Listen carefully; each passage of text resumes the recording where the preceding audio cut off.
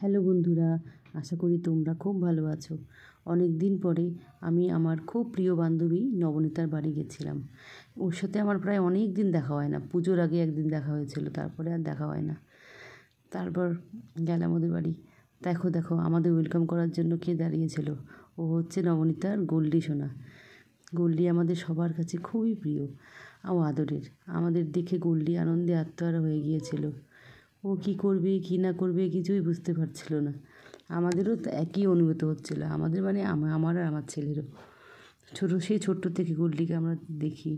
যেদিন প্রথম নমনীতার বাড়িতে আসছি সেদিন থেকে গোল্ডির সঙ্গে আমাদের পরিচয় হয়েছে, বন্ধুত্ব হয়েছে।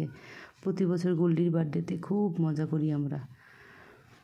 প্রথমে গোল্ডি আমাদের ভালো করে শুকে নিচ্ছে, দেখছে যে ওর কোনো বন্ধুর সঙ্গে আমরা বাইরে দেখা করে আসছি কি না। কারণ গোল্ডির বন্ধুর তো আর অভাব নেই, প্রচুর বন্ধু। রাস্তায় দেখলেই দেখা যায় প্রচুর বন্ধু, গোল্ডির প্রচুর বন্ধু। সে ছোট্টবেলা থেকে গোল্ডির একটাই আবদার, ওর সঙ্গে দেখা হলে ওর হাতগুলো আমাদের ভালো করে ম্যাসাজ করে দিতে হবে। সে তুমি আদর করো বা না করো সেটা পরের ব্যাপার। প্রথম ব্যাপার হচ্ছে ওকে ভালো করে হাতে ম্যাসাজ করে দিতে হবে। ওর মন যেন ভরে যায় সেইভাবে ম্যাসাজ করতে হবে। আমার ছেলে প্রথমে ভালো করে ম্যাসাজ করে দিল, আদর করলো। তারপর অনেকক্ষণ ধরে আমি ডাকছি, আয় গোল্ডি বাবা একটু আমার কাছে আয়, আমিও আদর করি, আমিও তোর পায়ে একটু ম্যাসাজ করে দিই। ডাকার পরে সেও কী সুন্দর শুনে কথা শুনে আমার কাছে আসলো। তারপর আমি একটু আদর করে দিলাম। আগে যেন ভীষণ ভয় পেতাম, কিন্তু সত্যি গোল্ডি আসার পর থেকে আমি ভয়টা কেটে গেছে। গোল্ডির থেকেই প্রথমে মানে আমার ভয়টা কাটলো। কী বলবো তোমাদের। তারপর আমি ওকে খুব আদর করলাম, ম্যাসাজ করে দিলাম। তারপর চললো দিদার আড্ডা, আমাদের খুব আড্ডা চললো। অনেকক্ষণ ধরে আড্ডা করলাম, আড্ডা মারলাম। তারপর আর কি, তা গোল্ডিকে বলছিলাম যে গোল্ডি দেখ কত রকম বেলুন। ও তাকিয়ে দেখলো।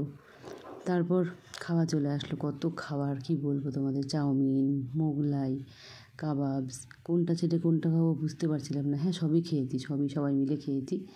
খাওয়া দাওয়ার পর গোল্ডি আবার এসে হাজির। ওর কত খেলনা আছে বাড়িতে, সব খেলনা দেখাবে আমাদের। সব খেলনা সম্ভার নিয়ে চলে আসলো আমাদের কাছে। দেখাচ্ছে এক একটা করে খেলনা দেখাচ্ছিল।